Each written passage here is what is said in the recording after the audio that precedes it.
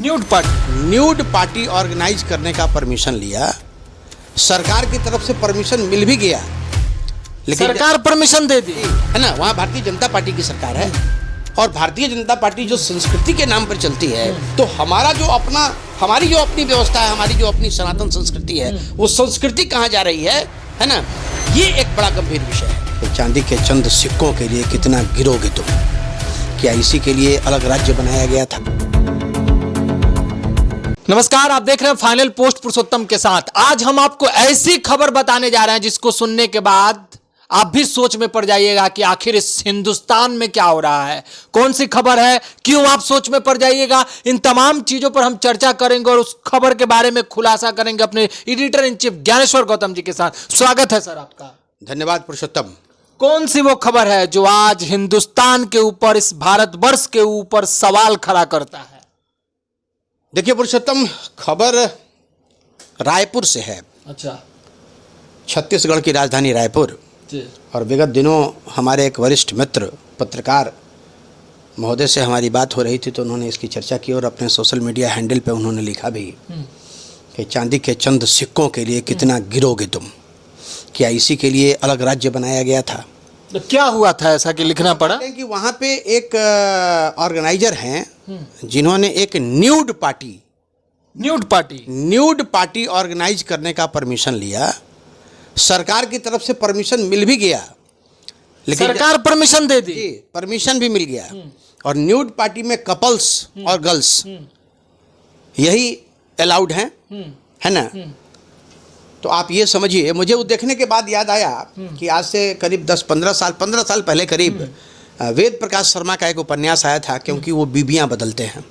अच्छा। मैंने ये एक ट्रेंड हम लोगों के यहाँ, अब पता नहीं अभी की स्थिति तो मैं नहीं बता सकता, लेकिन कुछ दिन पहले इसका बड़ा हंगामा था। इस तरह की पार्टियां चलती थी और पार्टियों में क्या है कि जैसे जो अपनी अपनी गाड़ी से आ रहा है, वो गाड़ी का चाबी जो है वो एक डब्बे में डाल दिया जाता था। अच्छा। और चाबी को मिक्स कर दिया जाता था। और उसके बाद आंख पे पट्टी बांध के लोग आते थे, एक एक चाबी उसमें से निकालते थे। और जिस गाड़ी की चाबी जिसके पास आ गई, ठीक है, उस गाड़ी के मालिक की जो मालकिन है वो उसके साथ हम बिस्तर होती थी। मतलब ये इस तरीके का भी चीज होता है इस हिंदुस्तान में। इस हिंदुस्तान में होता है। और मैं आपको बताऊं कि ये उसी की परिणति है जो रायपुर में जो चीज़ें, हालांकि सोशल मीडिया का बहुत बहुत धन्यवाद। और मैं तो अपने वरिष्ठ पत्रकार मित्र अनिल पुशदकर जी का बहुत धन्यवाद करना चाहता हूं कि सनातन जो हमारी संस्कृति है, उस संस्कृति का हवाला देते हुए उन्होंने इस संघर्ष को प्रारंभ किया। और उसके जो आयोजक थे वो आयोजक पकड़े गए, अरेस्ट हो गए। पार्टी जो होनी थी वो पार्टी नहीं हुई। लेकिन आप ये समझिए कि निश्चित तौर पे कुछ लोग ऐसे जरूर होंगे, है ना, जो इसको ऑर्गेनाइज कर रहे हैं। जो ऑर्गेनाइज कर रहे हैं उनके परिवार के लोग उसमें इन्वॉल्व होंगे, है ना। कुछ लोग ऐसे भी होंगे जो उस प्रोग्राम में आने के लिए इच्छुक होंगे, है ना। क्योंकि इतनी बड़ी पार्टी, आप ये समझिए कि अगर न्यूड पार्टी कहीं चल रही है, मतलब वस्त्रविहीन हो कि आप अगर किसी, और खास करके उसमें कपल्स और जो गर्ल्स हैं उनको उसमें इनवाइट किया गया है, तो हमारी जो अपनी व्यवस्था है, हमारी जो अपनी सनातन संस्कृति है, वो संस्कृति कहाँ जा रही है ना। ये एक बड़ा गंभीर विषय है। और दुर्भाग्य नहीं, सबसे बड़ा दुर्भाग्य यह है कि छत्तीसगढ़ की सरकार ने आखिर इसको परमिट कैसे दे दिया, परमिशन। ये बहुत बड़ा सवाल है ना। वहाँ भारतीय जनता पार्टी की सरकार है और भारतीय जनता पार्टी जो संस्कृति के नाम पर चलती है, जो हमेशा ये कहती है कि साहब हमारी सनातन संस्कृति है, तो क्या आपके सनातन संस्कृति में इस तरह के कार्यक्रम का जो आयोजन होता है, उस आयोजन के लिए आपने परमिट कैसे कर दिया? बाद में हमको जानकारी हुई कि कोई एक चार्टर अकाउंटेंट एक लड़का है और कुछ सफेद पोस्ट हैं, कुछ पदाधिकारी हैं, सब मिले जुले थे इस कार्यक्रम में, इस कार्यक्रम को ऑर्गेनाइज करने में। और इन लोगों के द्वारा ये कार्यक्रम आयोजित करवाया जा रहा था।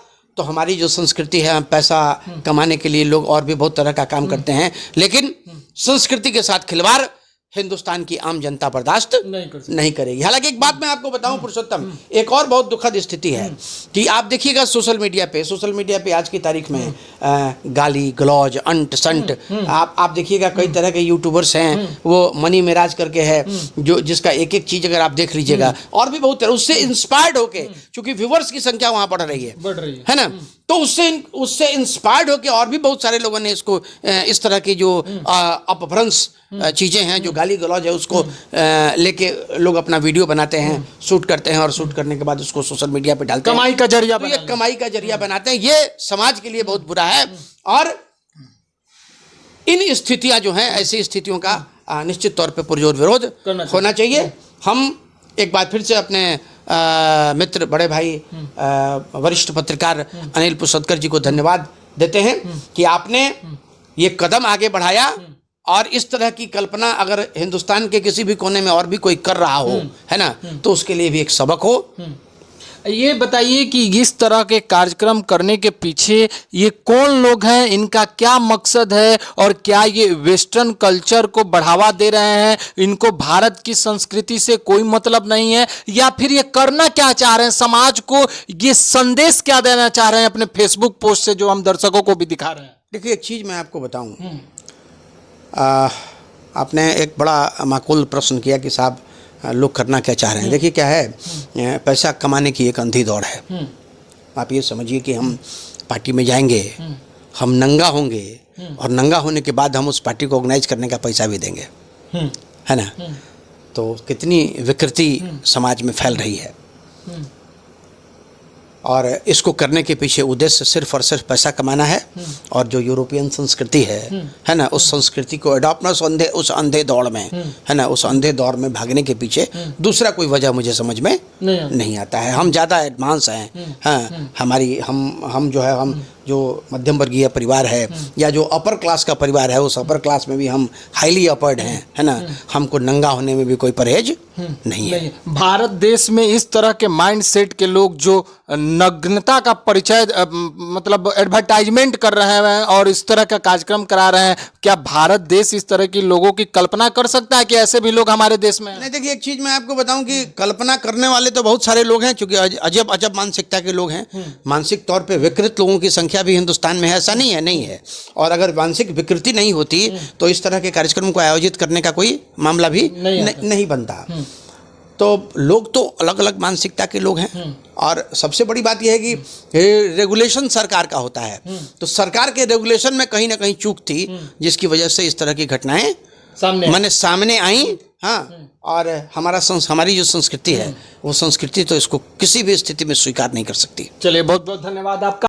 तो जैसा कि आपने देखा कि रायपुर में जिस तरीके से न्यूड पार्टी को ऑर्गेनाइज किया गया, उसका एडवर्टाइजमेंट किया गया, सरकार ने आदेश कैसे दे दिया, और जब ये बात सोशल मीडिया पर सामने आई तो फिर कदम पीछे हटाने पड़े। जिन लोगों ने इसको ऑर्गेनाइज किया वो लोग गिरफ्तार भी हुए हैं। लेकिन इस तरह का कुकृत्य भारत की संस्कृति के ऊपर एक सवाल खड़ा करता है और ये दर्शाता है कि इस तरह के माइंडसेट के लोग भी यहाँ मौजूद हैं। इससे बचने की जरूरत है, समझने की जरूरत है, पहल करने की जरूरत है। तब तक बने रहिए आप हमारे साथ, देखते रहिए फाइनल पोस्ट। बहुत बहुत धन्यवाद।